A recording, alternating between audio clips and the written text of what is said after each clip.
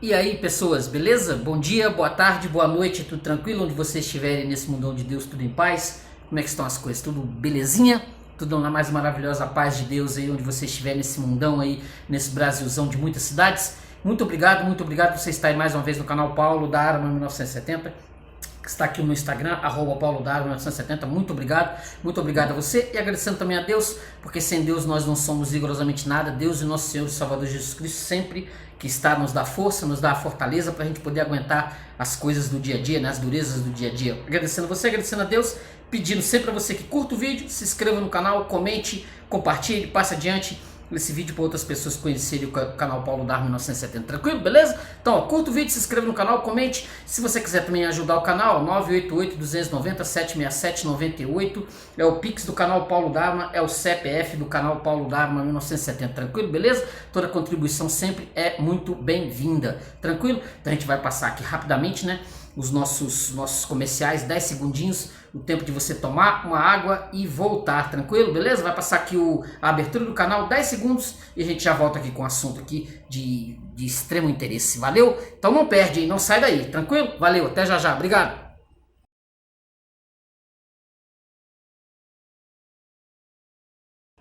Então, voltei, beleza? Seguinte, terceira parte do Em Busca do Tempo Perdido, O Caminho de Guermantes, este livro aqui da Editora Globo, esta edição que eu tenho em mão, no Caminho de Guermantes, que eu também tenho na edição também da Ediouro, né, edições da Ática, né, Ediouro, essa edição aqui, ó, que eu tenho.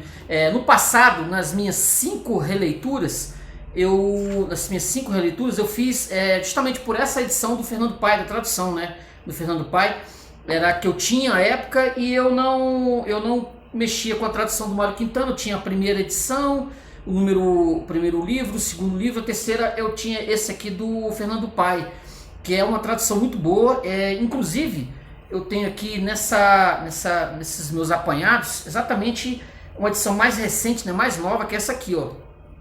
Exatamente essa aqui, que é uma série, né, que eles colocam 2 livros, 3 livros. A primeira edição, o primeiro livro, exatamente o Caminho em Busca do Tempo Perdido, né, no Caminho de Swan, que é o primeiro. Essa aqui vem com o Caminho de Guermantes e Sodoma e Gomorra, edição número 2, que eu considero muito boa, a tradução muito boa, em detrimento da tradução do Mário Quintana, que é mais clássica, né? Mas assim, antes de eu adentrar aqui ao livro, é só eu fazer um adendo, que tem edições mais novas, né? Inclusive eu tô aqui com o volume 1, né, no Caminho de Swan, da Editora Globo, que é a tradução do Mário Quintana.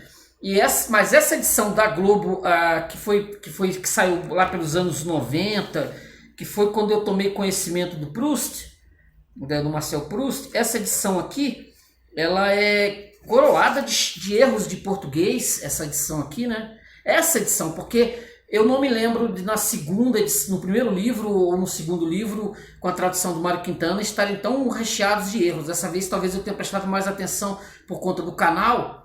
Das outras vezes talvez eu tenha deixado passar batido. Eu tô lendo, tô entendendo e vou embora. Nesse terceiro livro aqui da Editora Globo, eu descobri aqui erros assim muito amadores, né, de revisão. Eles inclusive estão aqui dizendo que é a 11ª edição, revisão, né? Tem aqui, revista por Olgária Chaim Feres Matos. Assim, uma edição coroada de erros que eu fui anotando aqui, né? Chegou uma hora que eu comecei a anotar, eu falei, não é possível, eu estou muito enganado. Eu fui anotando os pequenos erros. A própria Duquesa de Guermantes, né? Ela com o nome errado. Assim, eu fui colocando aqui, que eu fui olhando e falei, não é possível, esse pessoal tá deixando muito a desejar, né? Na própria revisão do livro. Porque você vai lendo e tem palavras às vezes que não fazem sentido. Aí eu pegava na tradução do Fernando Paes, aí eu ia fazer comparação, aí eu via que a palavra estava errada. Eu falei, não é possível que o pessoal cometa erros tão amadores numa obra tão clássica quanto essa do Proust, né? Assim, eu acredito que com essa nova edição da Editora Globo, eles devam ter feito uma revisão melhor, né? Olha aqui, eu vi aqui, ó. Na minha opinião, olha só isso aqui, ó. Na minha opinião, só havia nele orgulho e em mim só havia furar. Furar? Que raio? Isso não fazia sentido. Aí eu fui buscar na edição da Ediouro, aí a palavra era furor. tá aqui, furar. Eu falei que, rapaz, não é possível que o pessoal deixe passar assim palavras erradas, fora de contexto, erros bobos de revisão, simples revisão. E tem outras também aqui no próprio livro, que eu acho que, assim, não sei se eu vou conseguir encontrar. Eu anotei algumas para destacar exatamente, para na hora que eu fosse fazer o vídeo eu ter elas em mão. Essa eu achei esquisitíssima. E tem outras. Eles simplesmente deixaram de fazer revisão nessa série, que é justamente a que vem lá pelo ano 2000, né, começo dos anos 2000, anos 90, 2000. Então eles foram deixando para lá. Oriana, não sabe se é Oriana, o nome da personagem, a Duquesa de Guermantes. Isso foi me irritando. Eu geralmente costumo fazer uma leitura dupla, né? Eu pego os dois livros aqui, eu pego aqui, né, essa edição que eu tenho, que é mais recente, e essa aqui que eu me acompanha desde final dos anos 90, essa aqui do Fernando Paes, né? Que essa edição já está meio... Então eu fui fazendo comparação com as duas traduções. Obviamente a tradução do Quintana é sempre clássica, né? Sempre muito boa. Então você não tem muito o que reclamar. Você não tem muito o que reclamar do Quintana. Mas eu acredito que a própria revisão que eles não fizeram, né, faz com que o livro fique esquisito, né? Fique estranho. Quer dizer, um leitor que não tem costume com Proust, se ele pega um livro aí ele já acha difícil. Eles já fizeram essas edições assim únicas, porque provavelmente o pessoal pegava o primeiro, né, no Caminho de Swan, essa daqui, pegava justamente, o pessoal pegava essa aqui e aí não continuava. Então aí o que eles fizeram? Eles começaram a fazer como os franceses, né? Você justamente junta os livros todos numa edição só, como essa que eu tenho aqui, que aí o indivíduo ou anima ou desanima de vez, né? Ou anima ou desanima de vez, que ele vai pegar essa edição aqui, que tem todos os livros, né? Aqui no Brasil eles repartiram em 3 ou 4, né? Ou 3 ou 4, porque são 7. Então eles abriram em 3, repartiram em 3 ou 4 para dar uma... No primeiro você concentra tudo no Caminho de Swan, né? Coloca o primeiro, aí você você começa a repartir os outros em 3 edições para... Se o indivíduo comprar o primeiro já tá bom, né? Porque o Proust, conforme eu vi, eu tava pesquisando por aí, dando uma olhada, o Proust ele é realmente algo desanimador para a maioria das pessoas. Se tratando de Brasil, é algo assim que é mais complexo para o brasileiro. A leitura não é algo que esteja realmente no cerne, né, da questão do brasileiro. Então o Proust também, esse já piorou, né? Esse piorou. Você enfrentar os 7 volumes, é algo realmente complicadíssimo, complexo para a maioria dos brasileiros, que, assim, o indivíduo ele chega no primeiro, ele lê, tem gente que avança até o Caminho de Guermantes. Esse é considerado o livro mais difícil, de todos. Não é um livro fácil, porque você vai concentrar o narrador, ele já está aqui, aquela passagem, né, da adolescência para a vida adulta. Ele tá fazendo essa ponte, né, da adolescência para a vida adulta, e ele vai entrando em contato lá com aquela classe, a elite francesa, né, dreyfusista ou antidreyfusista, o caso Dreyfus, que eu já expliquei no livro A Queda da França. O francês ele estava dividido entre dreyfusistas, os que apoiavam o Alfred Dreyfus, né, o judeu, e os antidreyfusistas. Então, como o francês ele estava naquele preconceito feroz contra os judeus ocupando lá os melhores locais, como na Áustria, né, ocupando as melhores posições no Estado, no governo, escrevendo. Os franceses eles abominavam, eles tinham aquele preconceito velado. A gente viu isso no Swan, né? O Swan, um judeu logo de cara, um preconceito velado, e o narrador ele vai ter o contato exato com isso, nesse momento, ele vai ter contato com essa elite, e essa elite dividida, né, entre dreyfusistas e antidreyfusistas. O que vai rolar? O narrador vai ter o contato com aquela elite francesa, e essa elite francesa não conversando coisa com coisa, as chamadas elites do mundo, né? Eles não conversam coisa com coisa, tem aquelas reuniões sociais nos castelos, né? Os guermantes, que são antiquíssimos, os franceses antiquíssimos lá da Luís XIV, Luís XIII, daquela Luís XV, toda aquela malta, né, que foi meio que destroçada na Revolução Francesa, mas que com o tempo, com a restauração, eles voltaram e ficou ali fazendo aquelas reuniões sociais, eles tal.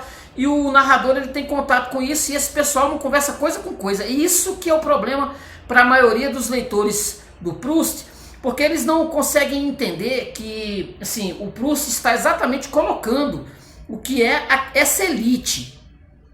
O que é esta elite. Então são 200 páginas de papo furado que se você não entender isso, se você não entender que o Proust quer colocar exatamente o vazio dessas pessoas, aí vai ter o Robert Saint-Loup, vai ter a mulher do Robert Saint-Loup, que é uma garota de programa, como era a Odette de Crécy no primeiro volume. O Robert Saint-Loup, que é um militar, mas também é um indivíduo que ele é dos Guermantes, mas ele é um militar. Ele se apaixona perdidamente por ela, ele tem ciúmes dessa atriz, né, dessa mulher, essa cocote, como era a Odette de Crécy. Nós vamos ter essas páginas falando sobre isso aqui, falando sobre esse amor. Ele apaixona, ele dá um colar para ela, mas ela é uma mulher da vida, né, uma mulher da vida. O narrador inclusive chama ela de Raquel do Senhor. Raquel do Senhor, é a mulher que favorece a outros homens, né? Ela vive a favorecer outros homens.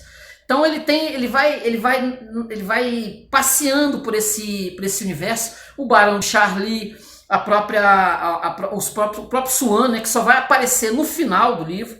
O próprio Swann, ele só vai aparecer no finalzinho, nas últimas 10 páginas que o Swann vai dar o ar da graça, depois de ele ter sido protagonista do primeiro livro, do Caminho de Swann. Nós já vamos ver ele mais velho. Tem uma passagem de tempo aqui que provavelmente nós estamos ali por volta de 1906, 1907, nessa faixa. A gente estava tratando do Caminho de Swann por volta de 1871, 1870, nessa faixa, bem lá atrás, 30 anos antes, 35 anos antes. O narrador, como a gente viu no Em Busca do Tempo Perdido, lá no Caminho de Swann, nem tinha nascido quando o Swann vai narrar, né? O Swann vai contar a história da Odette de Crécy, como ele conheceu a Odette de Crécy, como ele era o ciúme dele por ela. Ele vai conversar, ele vai contar essas histórias para o narrador, e o narrador futuramente vai, quando for escrever as memórias, que isso aqui é um livro de memórias do narrador chamado Marcel, isso só vai acontecer no futuro. O Marcel ele vai narrar esse passado, né, Em Busca do Tempo Perdido, vai narrar essas histórias todas, os acontecimentos dele, a vida amorosa, a sua própria vida amorosa. Ele tinha se apaixonado pela Gilberte, ele tinha se apaixonado vai se apaixonar futuramente pela Albertine. Ela também aparece aqui um pouco, só um pouquinho, dando o ar da graça, né? Ela vai aparecer um pouquinho aqui. Ele vai se apaixonar por uma princesa, a princesa chamada Princesa de Santa Maria, e também vai se apaixonar também pela Oriane, que é a Duquesa de Guermantes. E ele vive assim, ele vive nessas paixonites. Algumas teorias tendem a dizer que isso aqui é uma forma do Proust, do Marcel Proust. O Marcel Proust era homossexual, isso era muito claro. Então ele escreveu essa série de livros meio que para disfarçar a homossexualidade dele junto a essa sociedade fútil. Tem aqui uma passagem extraordinária que vai dar exatamente no meio do livro, que é a morte da avó, né? A avó tem um quê de futilidade, mas o autor, o Proust, ele quer colocar exatamente essas futilidades. O próprio narrador aqui, o Marcel, ele tem a cena assim que a avó tá morrendo e ele tá preocupado em ir para Baalbek, encontrar lá com as meninas lá. Ele não tá nem aí pra... Assim, ele é apaixonado pela avó, isso é algo chocante para ele, saber que a avó tá doente. Tudo bem, mas ele tem a vida dele, ele tem a existência dele, ele tem os compromissos dele, pegar o trem e ir para Baalbek. E a avó dele sabe disso, né? A avó conhece a frivolidade, esse universo fútil. As pessoas tipo estão preocupadas consigo mesmas. Elas estão preocupadas consigo mesmas, isso é um fato. Não tem, mesmo na doença do pai ou da doença da mãe, na quase morte de um parente, as pessoas estão preocupadas consigo mesmas. E o narrador vai mostrar isso também. Ele vai traçar esse processo, né? Esse processo onde o narrador ele está meramente preocupado com encontrar lá com as garotas, lá com as meninas. O próprio momento em que ele encontra com a Albertine. A Albertine vai ser a grande paixão dele, que nós vamos reverberar exatamente tudo que nós vimos, tanto do Roberto Saint-Loup, nós vimos do próprio Swan, né, no primeiro volume. Quer dizer, essa questão da posse, do ciúme, que tipo, não estou nem aí, mas a partir do momento que a pessoa aparenta não querer nada comigo, é aí onde aflora o meu ciúme, o meu sentimento de posse. Ele vai mostrar friamente essas etapas que estão aqui dentro No Caminho de Guermantes. Deixa eu tirar só algumas passagens aqui que eu separei, que são assim, se tiver algum erro aqui, é da própria edição, beleza? Quando Françoise à noite se mostrava gentil comigo e me pedia licença para sentar-se em meu quarto, parecia-me que seu rosto se tornava transparente e que eu percebia nela a bondade e a franqueza. Mas Jupian, que é o namorado da Françoise, mas Jupian, que possuía qualidades de indiscrição que só vinha conhecer mais tarde, revelou depois que ela dizia que eu não valia a corda que me enforcasse e que eu procurasse fazer-lhe todo o mal possível.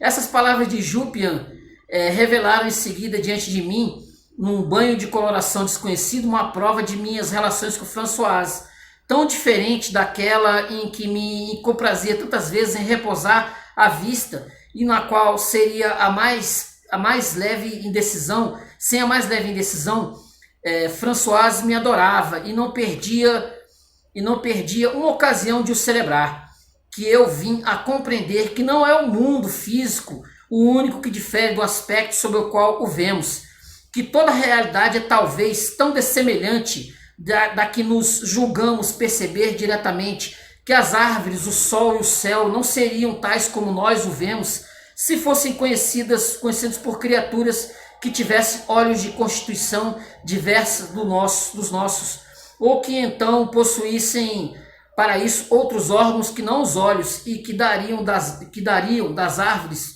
do céu e do sol equivalentes não visuais. Tal como foi essa súbita escapada que me abriu uma vez Jupian para o mundo real, me deixou aterrorizado.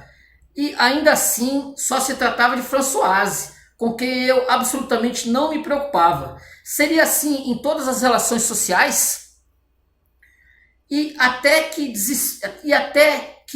desespero poderia isso me levar um dia, se desse o mesmo no amor? Era segredo do futuro. Por enquanto, apenas se tratava de Françoise. Pensava ela sinceramente o que havia dito a Jupian? Tinham-o dito unicamente para intrigar Jupian comigo, talvez para que não tomassem a filha de Jupian para substituí-la no serviço? O fato é que reconheci a impossibilidade de saber de maneira direta e certa se Françoise me estimava ou me detestava. E assim foi ela quem primeiro me deu a ideia de que uma pessoa não está, como eu supunha, nítida e imóvel diante de nossos olhos, com suas qualidades, seus defeitos, seus projetos, suas intenções para conosco, como um jardim que contemplamos com todos os seus canteiros através de um gradil. Mas é uma sombra em que não podemos jamais penetrar, para a qual não existe conhecimento direto, a cujo respeito formamos inúmeras crenças com auxílio de palavras e até de atos, palavras e atos que só nos fornecem informações insuficientes e, aliás, contraditórias, uma sombra onde podemos alternadamente imaginar com a mesma verossimilhança que brilham o ódio e o amor. Fantástico, né? Quer dizer, a mulher, a criada, né? A mulher lá que é a governanta, quer dizer, você fica naquela, né? A pessoa aparentemente gosta bastante de você, né? Mas aí ela vai e diz pro outro, Ou será que o outro não está fazendo intriguinha? Né? O Jupiano era flor que se cheire, né? O Jupiano. Ela estava tendo um relacionamento com ele. Aí, aí o Jupiano vem com essa, né? Aí você fica com uma pulga atrás da orelha. Será que as pessoas todas são desse jeito? Será que na sua frente ela é de um jeito e quando você não está presente é de outra forma? Ela aponta, esse sujeito não vale nada. Esse sujeito, ele é um nada. Será que todas as pessoas são assim? Outra passagem, ó. Sofria de antemão, sem esquecer um só, todas as dores de uma ruptura que em outros momentos julgava poder evitar, como as pessoas que regulam todos os seus assuntos em vista de uma expatriação que não se efetuará e cujo pensamento, que não sabe mais onde deverá situar-se no dia seguinte, momentaneamente se agita extraviado delas, como esse coração que se arranca a um doente e continua a bater separado do resto do corpo. Em todo caso, essa esperança de que a amante voltaria dava-lhe coragem. Isso aqui é o Robert St. Loup. Dava-lhe coragem de perseverar na ruptura, como a crença de que se voltará vivo do combate ajuda a afrontar a morte. E com o hábito, dentre todas as plantas humanas, é a que tem menos necessidade de solo nutritivo para viver e a que primeiro aparece numa rocha aparentemente mais isolada, talvez que praticando a princípio a ruptura por fingimento, acabasse Robert por se acostumar sinceramente a ela. Mas a incerteza alimentava nele um estado em que, unido à recordação daquela mulher, muito se assemelhava ao amor. Forçava-se, no entanto, a não lhe escrever, pensando talvez que era menos cruel o tormento de viver sem a amante do que viver com ela em certas condições, ou que depois da maneira como se haviam deixado esperar suas escusas, era necessário para que ela conservasse o que ele julgava que lhe dedicava, se não de amor, pelo menos de estima e de respeito. Contentava-se em ir ao telefone que acabavam de instalar em dossiê e pedir notícias ou dar instruções a uma camareira que colocara junto de sua amiga. Essas comunicações eram de resto complicadas, lhe tomavam mais tempo, porque a amante de Robert alegara uma pequena propriedade nos arredores de Versalhes, seguindo nisso as opiniões de seus amigos literários relativos à fealdade da capital, mas sobretudo em consideração de seus animais, de seus cães, de seu macaco, de seus canários e seus papagaios, cujos gritos incessantes o seu proprietário de Paris tinha cessado de tolerar. Quer dizer, aí ele vai narrando, né, essas circunstâncias dessa paixão do Robert St. Loup pela essa Raquel do Senhor. Ele vai narrando essa existência horrível, né? Essa existência horrorosa inclusive o Robert, se pudesse, ele daria tudo à amante. Aí a família não vê com bons olhos. Nós vimos isso no Caminho de Swan. Nós vimos esse universo. O Swan, ele é afastado do meio social, ele não frequenta mais os bailes sociais, mais nada, por conta da Odette de Crécy, né? Da Odette. Ele não vai... que depois vai virar a Senhora Swan, que eles vão se casar, né? Aí vai ter a Gilberte, nós falamos sobre isso. Aqui, ó, outra passagem. Ó. Ali estava eu, ou antes, ainda não estava ali, visto que ela não sabia, e como uma mulher surpreendida a fazer um trabalho que ela ocultará ao entrarmos, estava entregue a pensamentos que jamais havia mostrado diante de mim, por esse privilégio que não dura e em que temos, durante o curto instante do regresso, a faculdade de assistir bruscamente a nossa própria ausência. Não havia ali mais que a testemunha, o observador de chapéu e capa de viagem, o estranho que não é da casa, o fotógrafo que vem tirar uma chapa dos lugares que nunca mais tornará a ver. O que mecanicamente se efetuou naquele instante em meus olhos, quando avistei minha avó, foi mesmo uma fotografia. Jamais vemos os entes queridos, a não ser no sistema animado, no movimento perpétuo de nossa incessante ternura, a qual, antes de deixar que cheguem até nós as imagens que nos apresentam a sua face, arrebata-as no seu vórtice, lança sobre a ideia que fazemos deles, desde sempre, falas aderir a ela, coincidir com ela. Como já eu fazia à fronte, as faces de minha avó representarem o que havia de mais delicado, de mais permanente no seu espírito, como já que todo olhar habitual é uma necromancia e cada olhar que se ama o espelho do passado como não omitiria eu o que nela pudera ter se tornado pesado e diferente, quando até nos espetáculos mais indiferentes da vida a nossa vista carregada de pensamentos despreza. Como faria uma tragédia clássica todas as imagens que não concorrem para a ação e retêm exclusivamente as que podem tornar-se inteligível o desfecho? Mas que, em vez de nossa vista, seja uma objetiva puramente material, uma placa fotográfica que tenha olhado. E então o que veremos no pátio do Instituto, por exemplo, em vez da saída de um acadêmico que quer chamar no fiacre? Senão os seus titubeios, as suas precauções para não cair para trás, a parábola de sua queda, como se estivesse ébrio ou solo coberto de gelo. O mesmo acontece quando alguma cruel cilada do acaso impede o nosso inteligente e piedoso afeto de acorrer a tempo para ocultar a nossos olhares o que jamais devem contemplar, quando aquele é ultrapassado por este, que chegando primeiro e entregue a si mesmas funcionam mecanicamente à maneira de uma película e nos mostra em vez da criatura amada que já não existe desde muito, mas cuja morte o nosso afeto jamais quisera que nos fosse revelada, a nova criatura que 100 vezes por dia ele revestia de uma querida e enganosa aparência. E como um enfermo que ali mesmo não via desde muito tempo e que compondo a cada instante o rosto que ele não vê, segundo a imagem ideal de forma de si mesmo, em pensamento, recua ao avistar no espelho, em meio de um rosto árido e deserto, a proeminência oblíqua e rósea de um nariz gigantesco como uma pirâmide do Egito. Eu, para quem minha avó era ainda eu próprio, eu que jamais a vira a não ser em minha alma, sempre no mesmo ponto do passado, através da transparência de recordações contíguas e superpostas de súbito em nosso salão, que fazia parte de um mundo novo, o do tempo, o mundo em que vivem os estranhos, de quem se diz, como envelheceu, eis que pela primeira vez, e tão só por um instante, pois ela desapareceu logo, avistei no canapé, congestionada, pesada e vulgar, doente, cismando a passear acima de um livro nos olhos, um olhar um pouco extraviado a uma velha consumida que eu não conhecia. Essa descrição da avó, da passagem do tempo, de como ele via a avó já envelhecida, já às portas da morte, ela que vai morrer, vai falecer nesse volume. Quer dizer, como eu falei, mesmo com tudo isso, mesmo com esses pontos que ele coloca, há esse mundo de futilidades que o narrador tá dentro, né? O narrador não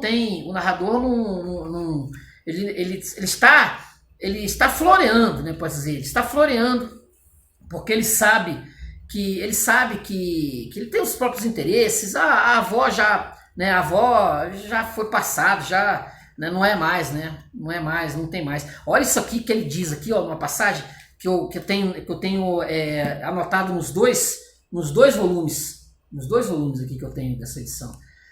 Olha só, apesar disso, olha só, presta atenção nisso aqui. Pega para você, se quiser depois você volta. Você vê, ó, está na página 242. Apesar disso, cumpre lembrar que a opinião que temos uns dos outros, as relações de amizade, de família, nada tem de fixo senão em aparência, mas são eternamente móveis como o mar. Daí tantos rumores de divórcio entre dois esposos que pareciam tão perfeitamente unidos e que pouco depois falam carinhosamente um do outro, tantas infâmias ditas por um amigo acerca de um amigo de quem o julgávamos inseparável e com quem o encontraremos reconciliado antes de ter tido tempo de refazer-nos da surpresa. Tantas alianças desfeitas em tão pouco tempo entre os povos. Sensacional. Aí ele vai narrar aqui a chegada do seu Charlie. As conversas com o Barão de Charlie são interessantíssimas, mas só vamos falar do Barão de Charlie mesmo no próximo volume, Sodoma e Gomorra. Aí nós vamos falar de qual é do Charlie, porque tem cenas aqui pitorescas, né? O Charlie atrás do narrador, o Charlie perdeu a esposa, a mulher morreu, então ele entra, ele vira um sujeito meio esquisito, um velho estranho. Um velho esquisito, um velho estranho. O Barão de Charlie, o Palamed, como diz os parentes, como os parentes falam. Vai ter também aqui a história de um pretenso caso entre a senhora de Villeparisis e o embaixador, né, que nós tivemos no segundo volume. Nós tivemos falando sobre ele, esse senhor de Norpois. Então vai falar aqui sobre o caso. Ela já é bem velha, bem idosa, mas ela tem um caso com esse Norpois. Esse Norpois tem esposa. Ele vai falar aqui, olha essa passagem aqui que eu acho interessante. Aqui, ó. Na falta de não ter ido nunca em minha vida a Parma, o que eu desejava desde umas remotas férias de Páscoa, conhecer a sua princesa, que eu sabia possuidora do mais belo palácio dessa cidade única, onde tudo, aliás, devia ser homogêneo, isolada como estava do resto do mundo, entre os muros polidos, lá na atmosfera abafada, como uma tarde de verão sem ar, sobre uma praça de cidadezinha italiana, do seu nome compacto e demasiado doce.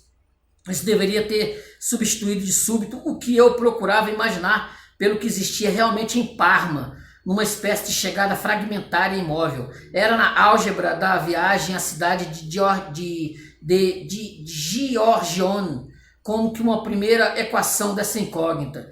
Mas se eu, desde muitos anos, como um perfumista a um bloco unido de matéria gordurosa, fizera esse nome de Princesa de Parma absorver o perfume de milhares de violetas, em compensação, logo que vi a princesa, que até então estaria convencido de que era pelo menos a Sanseverina, iniciou-se nova operação que, a falar a verdade, só terminou alguns meses mais tarde e que consistiu com o auxílio de novas malaxações químicas em expulsar todo o óleo essencial de violeta e todo o perfume stendhaliano, né, a cartucha de Parma, que está aqui, ó, a cartucha de Parma, que tem vídeo no canal, viu?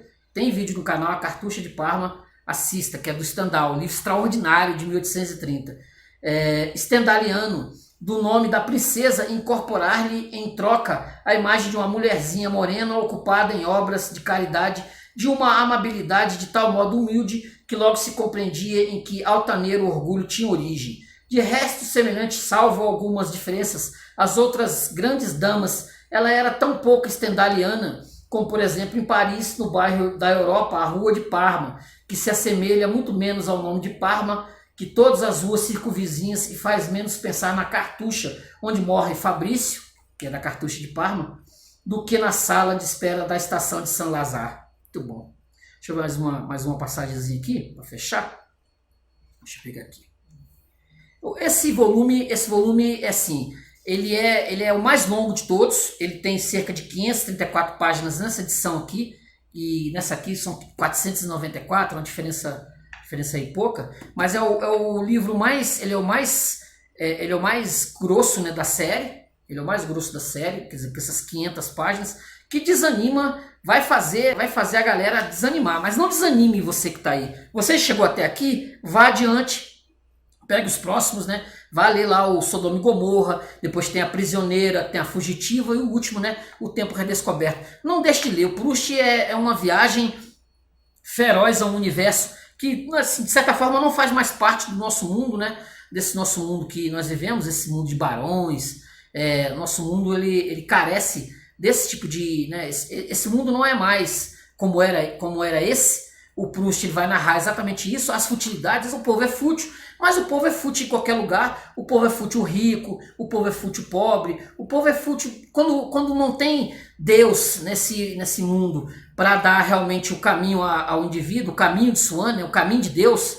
As pessoas elas vão estar perdidas aí nas suas futilidades, seja elas quem forem, entendeu? Não há, assim, não quer dizer que você vai ler 500 livros e você vai... Não, se não tiver aí se não tiver Deus nesse meio aí que te coloca e abre as suas escamas, tira as escamas dos seus olhos para você enxergar como o mundo é, você não vai, pode ler aí, pode estudar, você não, mas é Deus que dá esse caminho. Exatamente o Proust está mostrando exatamente isso. Por isso que não perca a verve da leitura, não abandone nesse aqui, porque você vai ter um universo para você viajar ainda. São 7 volumes, né? Deixa eu pegar aqui mais uma passagem aqui. Deixa eu ver aqui.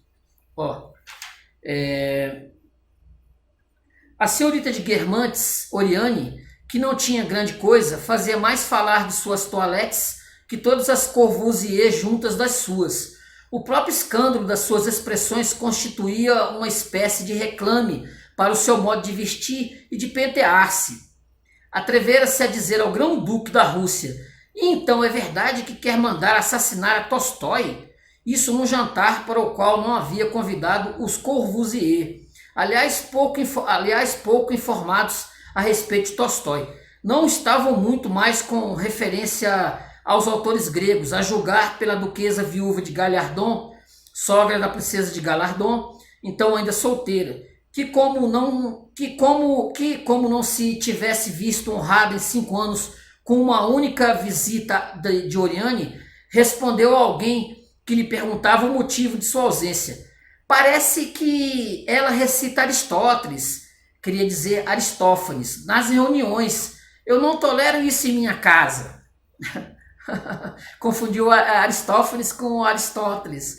Eles são burros, assim, são gente assim que só tem dinheiro, mas não são fúteis, vivem um universo de futilidade total. E o Proust quer mostrar isso. É esse o segredo do negócio aqui. Essa é a pedra de roseta do Proust nesse volume aqui. Tem as outras situações, tem as paixões do narrador, tem, mas ele quer mostrar 200, 300 páginas o tanto que esse pessoal é fútil, mesmo que eles estejam nas altas rodas, mesmo que o sujeito seja barão, princesa. Quer dizer, se você pegar aí a própria família, a família real inglesa, Príncipe Charles, pegar esse pessoal, você vai ver que eles são fracos, né? Tudo estudaram em Eton, e daí? É fútil do mesmo jeito, é fútil da mesma forma. Não tem jeito. Se Deus não vier ali tocar, a pessoa vai ser fútil o resto da vida, entendeu? Não tem como. O Proust quer mostrar essa futilidade. Ele quer mostrar como esse pessoal é raso. Esse pessoal é raso, seja do passado, seja do presente, seja do futuro. Isso não muda, beleza? No livro tem várias referências literárias, né? Eu falei do Stendhal, tem a Dama das Camélias, ele vai fazer, tem vídeo no canal, Dama das Camélias. Ele vai falar muito do Mérimée, também tem vídeo no canal, vai falar bastante. Ele vai citar muita coisa, vai citar Victor Hugo, Baudelaire, vai citar o Baudelaire, muita coisa. O Balzac também é outro que vai ser muito citado, vai ter o Honoré de Balzac, muito citado também. Referências literárias, pintura, vai falar de arte, vai falar de música, tem sobre música, arte, literatura. Proust é um universo feroz, muita coisa mesmo. Deixa eu só para concluir, eu pegar aqui uma entrevista que o Proust deu em 1913 a respeito do primeiro volume do Caminho de Swan, né? Ele vai falar exatamente, ele vai ter aqui uma entrevista que vai ser feita com ele, né? Deixa eu só achar aqui. Entre o sonho e a vigília, quem sou eu? Deixa eu pegar aqui. Deixa eu só. Que justamente Mário Quintana, 509, apêndice. Uma entrevista com Marcel Proust. Deixa eu pegar aqui. Página 509 dessa edição aqui. Então tem uma entrevista com Proust aqui, quer ver? Ó? Olha só.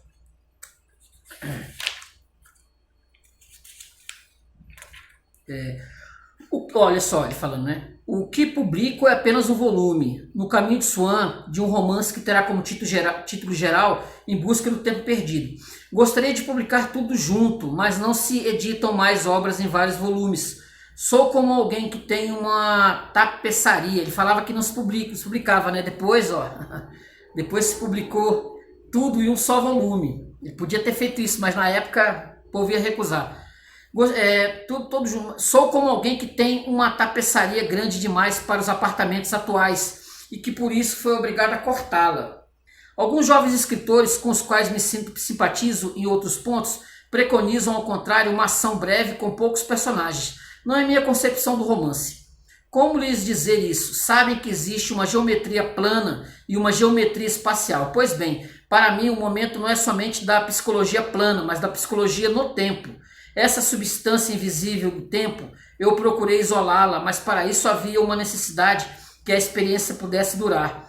Espero que no final do meu livro, tal fato social pequeno e sem importância, tal casamento entre duas pessoas que no primeiro volume pertencem a mundos bastante diferentes, indicará que o tempo passou e assumirá a beleza de alguns dos chumbos platinados de Versailles, que o tempo envolveu de um revestimento de esmeralda. Então, como uma cidade que, enquanto o trem segue seu caminho enviesado, aparece-nos, tanto à nossa direita quanto à nossa esquerda, os diversos aspectos que o mesmo personagem terá assumido aos olhos de um outro, a ponto de ser personagens sucessivos e diferentes darão, mas por isso somente, a sensação do tempo decorrido. Tais personagens revelar-se-ão mais tarde diferentes daquilo que são nesse volume atual, diferente daquilo que se acreditará ser da mesma forma que acontece com muita frequência na vida de resto. E não são somente os mesmos personagens que reaparecerão ao longo dessa obra sob aspectos diversos, como em vários ciclos de Balzac, mas em um mesmo personagem, nos diz o Sr. Proust, certas impressões profundas, quase que inconscientes. Quanto a isso, continua o Sr. Proust, meu livro será talvez como um ensaio de uma sequência de romance do inconsciente. Não teria vergonha nenhuma de dizer de romance bergsoniano. Ele era muito bergsoniano, né? Do Bergson. Se acreditasse nisso, pois em todas as épocas ocorre de a literatura tentar se ligar, naturalmente de forma tardia, à filosofia predominante. Mas, dizendo isso, não seria exato, pois minha obra está dominada pela distinção entre a memória involuntária e a memória voluntária, distinção que não somente não aparece na filosofia de Bergson, mas até mesmo contradita por ela. Aí, o indivíduo pergunta aqui, né? Como o senhor estabelece essa distinção? Ele, para mim, a memória voluntária, que é sobretudo uma memória da inteligência e dos olhos, não nos dá do passado mais do que face sem realidade, mas se um cheiro, um sabor encontrados em algumas circunstâncias totalmente diferentes desperta em nós a nossa revelia ao passado, passamos a sentir o quanto este passado era diferente daquilo que acreditávamos lembrar e que nossa memória voluntária pintava como os maus pintores com cores sem realidade. Já nesse primeiro volume, que é o No Caminho de Swan, vocês verão o personagem que narra, que diz: eu, que não sou eu, encontrar de repente jardins, seres esquecidos, no gosto de um gole de chá onde ele mergulhou um pedaço de Madeleine. É provável que ele se lembrava deles, mas sem suas cores, sem seu charme.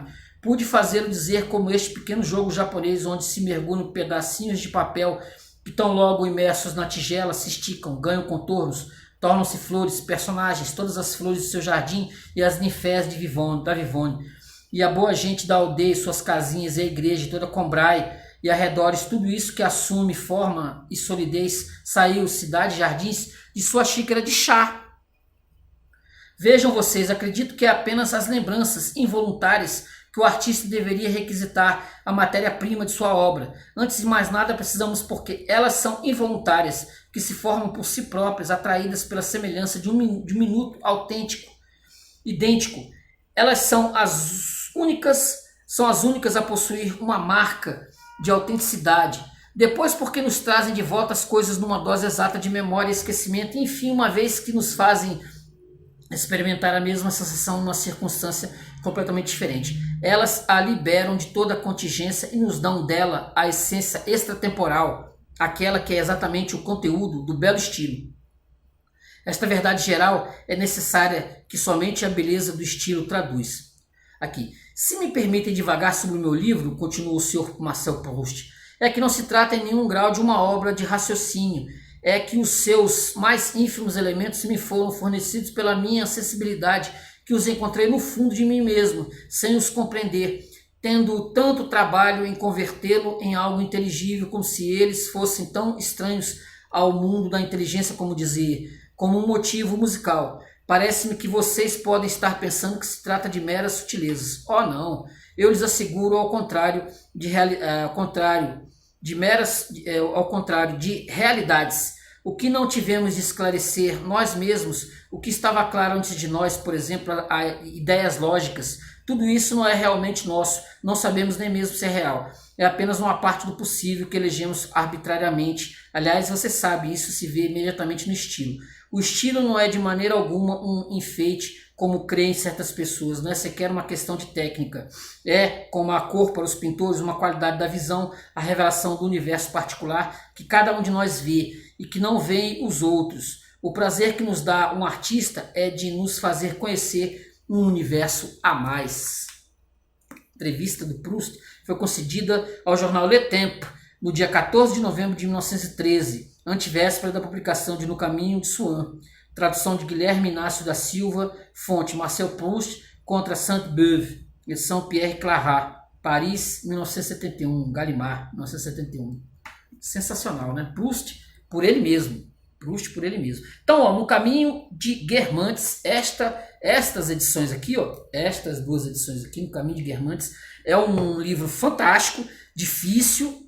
Eu li ele em cerca de 9, 10 dias. 9, 10 dias. Eu já estou na minha sexta releitura, e toda releitura, toda leitura é uma leitura nova, né? Toda releitura é uma leitura nova. Algumas coisas já tinham se passado, 5 anos, né, da última releitura. Algumas coisas já tinham se passado, já não lembrava mais. A morte da avó, essa eu tinha muito forte. Essa eu ainda tenho muito forte, porque essa me marcou na primeira leitura. Entendeu? Já tinha marcado na primeira leitura. Então a gente tem aqui, né, exatamente Em Busca do Tempo Perdido, O Caminho de Guermantes, dessa edição aqui do Fernando Pai, da Ediouro, e aqui da Editora Globo, como eu falei, recheada de errinhos de português. Beleza, gente? Então curta o vídeo, se inscreva no canal, comente. Mês que vem nós estaremos com Sodoma e Gomorra. Aí nós vamos estar falando muito do Barão de Charlie. Beleza? Tranquilo? Tranquilo? Então curta o vídeo, se inscreva no canal, comente. Se você quer ler o Proust, se você acha que realmente vale a pena ler o Proust, adentrar esse universo proustiano, você pode pegar, já começar pelo primeiro, né, que é Em Busca do Tempo Perdido, No Caminho de Swan, que é exatamente este aqui. Compre aí, tem formas de você comprar, tem nas bibliotecas, você encontra isso aqui muito em biblioteca, e também tem em PDF, se você quiser procurar em PDF na internet, você vai encontrar Le Côté de Guermantes, esse Marcel Proust, La Recherche du Temps Perdu, este aqui, beleza? No Caminho de Guermantes. Gente, muito obrigado, curta o vídeo, se inscreva no canal, comente, se você gostou, se você quer assistir o primeiro vídeo, eu vou deixar aqui o primeiro vídeo, que é exatamente o No Caminho de Swan, vai ficar aqui, se você clicar nele, você já assiste direto, beleza? Se você não assistiu, se você chegou aqui e não assistiu o primeiro, assista o primeiro da série de 7 que eu estou fazendo aqui, beleza? Tranquilo? Valeu, gente, obrigado, até semana que vem, valeu, tchau, tchau!